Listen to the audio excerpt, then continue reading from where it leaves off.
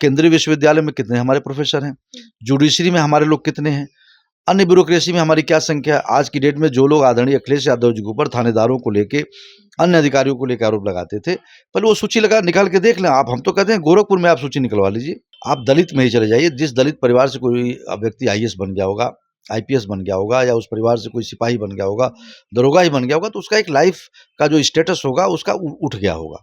तो ये धीरे धीरे समाज में आज़ादी के आज इतने साल बादों भी आज दलित वहीं पे खड़ा है। आज आप जाएंगे दलित बस्तियों में तो कहीं कोई उद्धार नहीं दिखता है। देखिए, जब कोई परिवर्तन की बात आएगी तो विरोध आएगा। विरोध का कर देने से उन वंचित लोगों का आप हक नहीं मार सकते ना, कि कोई विरोध करने लगे तो वंचित लोगों का हक मार लो। जातियों की संख्या जब पता चल जाएगी तो संविधान के तहत ही तो अपना अधिकार मांगेंगे ना। वो संविधान, वो सड़क पे आके अपना आंदोलन करके अपना अधिकार मांग सकते हैं। अगर कोई बात आई तो हिंसा लेकिन सर आए दिन दंगे फसाद जो होते हैं ये भी तो हो सकते हैं ना। देखिए, लोकतंत्र और संविधान के दायरे में रह के ही कोई कुछ करता है, अगर उसको उल्लंघन करता है उसको सजा भी मिलती है, यह हम नहीं कह रहे हैं, लेकिन फिर ऐसे ही होते रहेंगे, सजा मिलती रहेंगी, तो फिर ये भी तो अच्छी बात नहीं है ना। तो फिर उन जातियों का क्या, जिनको लेके आप वोट ले रहे हो, और उन जातियों के साथ इंसाफ नहीं हो रहा है। आखिर जाति के नाम पर वोट तो सारे लोग ले रहे हैं। उन जातियों को यही नहीं पता हमारी समाज में आबादी क्या है। पिछड़ों में एक जाति विशेष के लोग इतना लाभ ले जा रहे हैं। अभी हाउस के अंदर भी देखा होगा आपने, जब एक आरोप आदरणीय अखिलेश यादव जी के ऊपर लगा था कि उनकी सरकार में एक जाति विशेष के कितने एसडीएम बना दिए गए थे। जब उसका सच का आंकड़ा उन्होंने हाउस के अंदर पेश किया तो उसका जवाब कोई माननीय मुख्यमंत्री जी के पास नहीं था। तमाम शोषित और वंचित जातियां हैं जिनको आज़ादी के बाद भी इस देश में अभी तक अधिकार नहीं मिल पाए हैं। माननीय अखिलेश यादव जी का कहना ये है कि जब आप ये कहते हो कि पिछड़े इतने हैं, दलित इतने, इनकी ये संख्या है, या बीच में एक आवाज़ आपने देखा और भी उठी है कि पिछड़ों में भी अति पिछड़े, दलितों में अति दलित, तमाम प्रकार की जातियों का एक लैडर सीढ़ी बनाने का काम लोगों ने किया। उस जातियों के आधार पर कोई नियुक्ति या कोई आदेश, हमारे 27% ओबीसी का आरक्षण है। जब वो ओबीसी का आरक्षण होगा तो इसीलिए अखिलेश यादव ने, आपने देखा होगा कि जब उन्होंने आरोप लगाया कि पुलिस की भर्तियों में, अन्य भर्तियों में एक जाति विशेष के लोग हो जा रहे हैं, तो उन्होंने कहा कि ठीक है, हम परीक्षा कराएंगे ही नहीं। हाई स्कूल और इंटर में बच्चे जो मेरिट लाए हैं उसके आधार पर, और जो दौड़ होगी उसमें चिप लगा के होगी, और फिजिकल तो भाई फ्रंट पे ही है, वो तो सब नापजोक होता है जो। अब उसमें कोई बेईमानी के चांसेस नहीं। नमस्कार, मैं नैना मिश्रा और आप देख रहे हैं जनता जंक्शन। आपको हम बता दें कि उत्तर प्रदेश में जातीय जनगणना को लेकर एक तरफ शोर चल रहा है, तो एक तरफ उसको लेकर विरोध भी किया जा रहा है कि वो ना हो, और एक तरफ ये चल रहा है कि जातीय जनगणना होना भी चाहिए। सदन में अखिलेश यादव ने इस बात का मुद्दा, इस बात को उठाया था कि जातीय जनगणना होना चाहिए। उनका ये कहना है कि जातीय जनगणना होने से हमें वो पता चल जाएगा कि कौन सी जाति के लोग किस तरह के रहते हैं, उनको किस किस तरह की सुविधाएं की आवश्यकता है, उन्हें कौन कौन सी सुविधाएं उन तक नहीं पहुंची हैं। ये सारी सुविधाएं तभी मिल पाएगी उन सभी लोगों को जब तक जातीय जनगणना नहीं होगा। उत्तर प्रदेश सरकार हाथ पे हाथ रख के बैठी हुई है, ऐसा अखिलेश यादव का कहना है। तो आज हमारे साथ सपा के पूर्व जिला अध्यक्ष अवधेश यादव जी मौजूद है, और हम उनसे ये सारी बातें जानने का प्रयास करेंगे कि जातीय जनगणना होना कितना उचित है, इससे क्या क्या फायदे हो सकते हैं और क्या क्या नुकसान भी हो सकता है। ये सारी बातें हम सर से जानने का प्रयास करेंगे। तो सबसे पहले सर, आपका हमारे चैनल पे स्वागत है। धन्यवाद आप जी सर, हमारा यही है कि जातीय जनगणना होना क्या उचित है? क्या जातीय जनगणना से हम ये सुविधाएं उन तक पहुंचा सकते हैं? बिना जातीय जनगणना किए भी तो कर सकते हैं ना ये सारी चीजें हम। देखिए, इसमें कोई दो राय नहीं कि समाज जातियों में बटा है, और उसी आधार पर हमारी लड़ाई शुरू से चलती चली आ रही है। तमाम शोषित और वंचित जातियां हैं जिनको आज़ादी के बाद भी इस देश में अभी तक अधिकार नहीं मिल पाए हैं। माननीय अखिलेश यादव जी का कहना ये है कि जब आप ये कहते हो कि पिछड़े इतने हैं, दलित इतने, इनकी ये संख्या है, या बीच में एक आवाज़ आपने देखा और भी उठी है कि पिछड़ों में भी अति पिछड़े, दलितों में अति दलित, तमाम प्रकार की जातियों का एक लैडर सीढ़ी बनाने का काम लोगों ने किया। तो उनका कहना है कि आप स्पष्ट तौर पर जाति जनगणना करा लो, और इससे पता चल जाए कि किस जाति की कितनी संख्या है, तो उसके हिसाब से उनको हिस्सेदारी दी जाए। अभी आपने देखा होगा कि नगर निगम के चुनावों को लेकर के किस तरीके से अभी आयोग का गठन हुआ, इतनी जल्दी जल्दी रिपोर्ट भी चली गई, प्रस्तुत भी हो गई। अब किसको कितना अधिकार मिलेगा, उसमें तमाम ये भी आवाज़ उठती है कि पिछड़ों में एक जाति विशेष के लोग इतना लाभ ले जा रहे हैं। अभी हाउस के अंदर भी देखा होगा आपने, जब एक आरोप आदरणीय अखिलेश यादव जी के ऊपर लगा था कि उनकी सरकार में एक जाति विशेष के कितने एसडीएम बना दिए गए थे। जब उसका सच का आंकड़ा उन्होंने हाउस के अंदर पेश किया तो उसका जवाब कोई माननीय मुख्यमंत्री जी के पास नहीं था।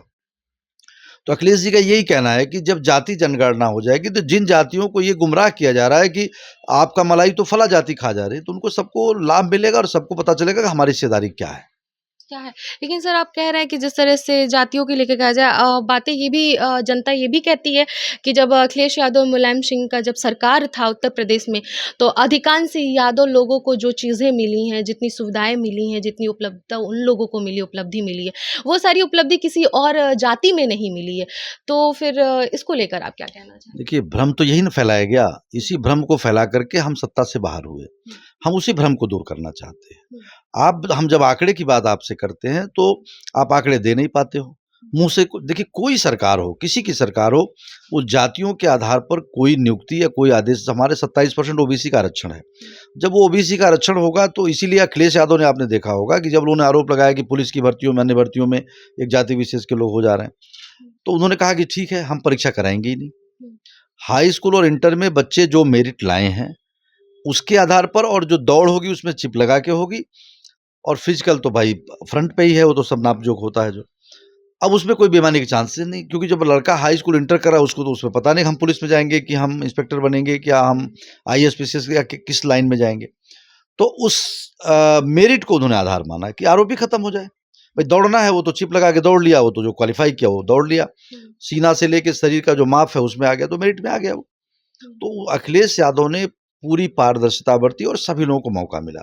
आज सबको गुमराह किया जा रहा है। इसीलिए अखिलेश यादव जी कह रहे हैं कि सभी जातियों को ये पता चलना चाहिए कि उनकी संख्या कितनी है, जिससे उनको उनका हक दिया जा सके। तो सर जब सभी जातियों को उनकी उनकी संख्या पता चल जाएगी, तो इससे तो एक द्वेष की भावना आ जाएगी ना। कोई भी जाति ये कहेगा कि तुम्हारे समूह में बहुत कम जनसंख्या है, अगला कहेगा उसका जनसंख्या ज़्यादा है, तो एक द्वेष की भावना आ जाएगी। एक जाति कहेगा मैं दबंग हूँ, मेरी जनसंख्या ज़्यादा है, मैं आप पे कभी भी कुछ भी हमलावार कर सकता हूँ। ये सब चीज़ें दुनिया में चलती आती हैं और ख़ास करके राजनीतिक क्षेत्र में अक्सर ये देखने को मिलता है। तो फिर ये भी तो करना एक बहुत बड़ी, अगर उसका दूसरा साइड उठा के देखा जाए, तो नुकसान भी तो बहुत बड़ा है सर। देखिए, लोकतंत्र में ये संभव नहीं है जो मुद्दे आप बता रही हैं। जातियों की संख्या जब पता चल जाएगी, तो संविधान के तहत ही तो अपना अधिकार माँगेंगे ना। वो संविधान, वो सड़क पे आके अपना आंदोलन करके अपना अधिकार माँग सकते हैं। अगर कोई बात आई तो हिंसा लेकिन की। सर आए दिन दंगे फसाद जो होते हैं ये भी तो हो सकते हैं ना। देखिए लोकतंत्र और संविधान के दायरे में रह के ही कोई कुछ करता है, अगर उसको उल्लंघन करता है उसको सजा भी मिलती है, ये हम नहीं कह रहे हैं। लेकिन फिर ऐसे ही होते रहेंगे, सजा मिलती रहेंगी, तो फिर ये भी तो अच्छी बात नहीं है ना। तो फिर उन जातियों का क्या, जिनको लेके आप वोट ले रहे हो, और उन जातियों के साथ इंसाफ नहीं हो रहा है। आखिर जाति के नाम पर वोट तो सारे लोग ले रहे हैं। उन जातियों को यही नहीं पता हमारी समाज में आबादी क्या है। जब उनको हक देने की बात आती है, तो आप तमाम प्रकार की बातें करते हो। इसलिए हमारी संख्या बता दो, उस हिसाब से आप हमें, आज की डेट में क्या है, आप केंद्रीय विश्वविद्यालय में कितने हमारे प्रोफेसर हैं, जुडिशरी में हमारे लोग कितने हैं, अन्य ब्यूरोक्रेसी में हमारी क्या संख्या है। आज की डेट में जो लोग आदरणीय अखिलेश यादव जी के ऊपर थानेदारों को लेके, अन्य अधिकारियों को लेकर आरोप लगाते थे, पहले वो सूची लगा निकाल के देख लें आप। हम तो कहते हैं गोरखपुर में आप सूची निकलवा लीजिए कि बाकी लोगों को कितनी हिस्सेदारी है, और जो लोग आरोप लगाते थे उनकी कितनी हिस्सेदारी है। इसलिए आदरणीय अखिलेश यादव जी कहते हैं कि आप जब उनके पास संख्या होगी, भैया 100 में हम 5 हैं, तो जब देखेंगे हमारे 5 में से हमारा तो कहीं कोई दिखाई नहीं दे रहा, ये तो झूठ बोल रहे हैं। हम तो कह रहे हैं ना कि ठीक है, अखिलेश यादव जी के समय में आपके साथ इंसाफ नहीं मिला, अभी गोरखपुर विश्वविद्यालय में प्रोफेसर बने, इसमें तो आप करा लेते अपना, अन्य विश्वविद्यालय में प्रोफेसर बने, उसमें आप अपना करा लेते। तो जब अखिलेश यादव जी के ज़माने में आप कहते हो कि इनको इंसाफ नहीं मिला, अन्य जातियों यादवों को मिल गया, तो अखिलेश यादव आज नहीं है, तो आज उन जातियों को कितना दे दिया, ये भारतीय जनता पार्टी की सरकार बताए। तो हम तो इसीलिए इस चीज़ को, ये कहीं भी ऐसा गड़बड़ नहीं होने पाएगा। जब जातियाँ हैं ही समाज में, हमको इतना बताना है कि संख्या किसकी कितनी है, तो इससे कोई फ़र्क नहीं पड़ना। जब हमारी संख्या पता चल जाएगी, तो हम उस हिसाब से अपना हक माँगेंगे।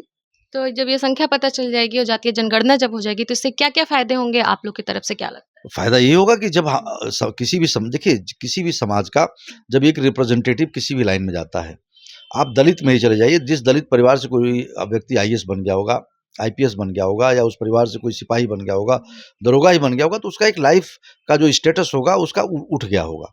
तो ये धीरे-धीरे समाज में आज़ादी के आज इतने साल बादो भी आज दलित वहीं पे खड़ा है। आज आप जाएँगे दलित बस्तियों में, तो कहीं कोई उद्धार नहीं दिखता है, क्योंकि उनको प्रतिनिधित्व अभी नहीं मिल पा रहा जितना मिलना चाहिए।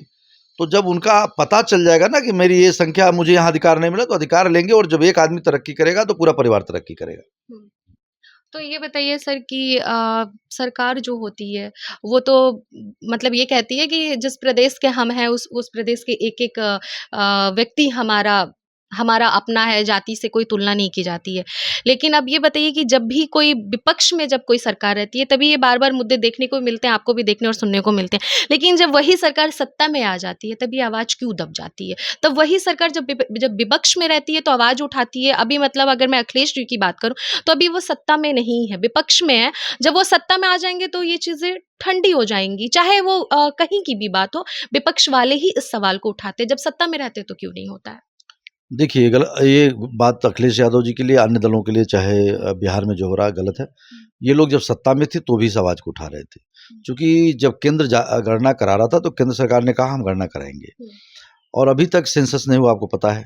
जबकि 2011 में सेंसस हुआ था, आज 2023 हो चुका है, जिसके नाते तमाम दिक्कतें भी आ रही हैं।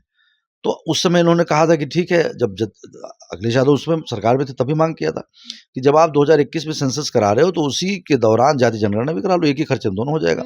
हालांकि मैं बता दूं, जो चार्ट लोग देते हैं उसमें कॉलम तमाम होते हैं भरने के लिए, कोई बड़ी बात नहीं, एक कॉलम और भर जाना उसमें, लेकिन लोगों ने नहीं कराया।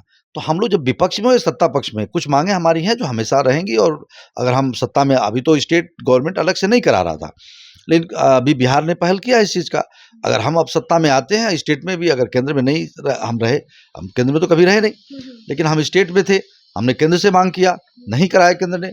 अब एक स्टेट ने शुरुआत किया है, हम भी अगर स्टेट में आएंगे तो हम लोग कराएंगे। लेकिन सर, जिस स्टेट ने शुरुआत किया, बिहार ने शुरुआत किया, तो आप देख सकते हैं कि बिहार में कितना विरोध भी हो रहा है। सुप्रीम कोर्ट तक याचिका दर्ज हो चुकी है इस चीज़ को रोक लगाने के लिए कि जातीय जनगणना करना उचित भी नहीं है। अच्छा, अभी तो जब मंडल कमीशन की रिपोर्ट लागू हुआ था, उसका विरोध आप तो छोड़ ही रही होंगी, उसका विरोध आपने देखा था, तमाम लोगों ने अपने सुसाइड तक कर लिए थे, तमाम लोगों ने पेट्रोल। देखिए, जब कोई परिवर्तन की बात आएगी तो विरोध आएगा। विरोध का कर देने से उन वंचित लोगों का आप हक नहीं मार सकती ना, कि कोई विरोध करने लगे तो वंचित लोगों का हक मार लो। हम तो उन वंचितों की लड़ाई लड़ रहे हैं ना, विरोध की आवाज़ कहाँ नहीं आवा। अच्छा काम करोगे तो भी विरोध होगा, गलत का तो विरोध होगा ही होगा। तो इसलिए हम विरोध जो लोग करने जा रहे हैं, वो लोग समाज को नहीं चाहते हैं कि जो गैर बराबरी हो समाज की पटे। तो विरोध पे हमको नहीं जाना, हमको सकारात्मक दिशा में देखना, हमको ये उन वंचितों के अधिकार के लिए लड़ाई हमारी जारी रहेगी। तो मतलब जातीय जनगणना होना उचित है। एकदम उचित है, और जातीय जनगणना के लिए समाजवादी पार्टी अब सड़कों पर है। हम लोग ब्लॉक वार इसका सम्मेलन कर रहे हैं, हर समाज में मांग कर रहे हैं कि आने वाले समय में हम इस आंदोलन को और तेज करेंगे। ठीक है। तो ये थे हमारे साथ अवधेश यादव जी, जिनका ये कहना है कि जातीय जनगणना होना एकदम उचित है। जातीय जनगणना होने से हम उन लोगों के बारे में जान पाएंगे कि किसको क्या सुविधा मिल पाई है, किसको क्या नहीं मिल पाई है। वहीं एक तबका ये कह रहा है कि जातीय जनगणना होना बहुत ही गलत चीज़ें हैं, अनुचित चीज़ें हैं, उचित नहीं है। अगर ये हो जाएगा तो परिवार नियोजन जो एक अभियान है, ये भी बिगड़ सकता है। क्योंकि अगर जिस जाति को ये बात पता चल जाएगी कि हमारी जाति की जनसंख्या कम है, तो वो परिवार अपनी बढ़ाएंगे कि हमारी जाति और बढ़े और हमारी संख्या और मजबूत हो। क्योंकि लोगों का ये कहना होता है कि जितनी संख्या ज़्यादा रहेगी, उतना उस जाति का मजबूती रहेगा। तो इससे एक जनसंख्या में भी वृद्धि होगी, जो कि बहुत ही हानिकारक है। आप लोग को पता है कि चीन के बाद भारत का दूसरा स्थान है। लगभग ये भारत पहले स्थान पे आने के लगभग भी पहुंच चुका है। ये सारे आंकड़े निकल कर आ रहे हैं। तो क्या जातीय जनगणना कराना उचित है या अनुचित है, अब ये तो आने वाला वक्त बताएगा। अब इसी के साथ मैं अनन्या मिश्रा आपसे विदा लेती हूँ। देखते रहिए जनता जंक्शन।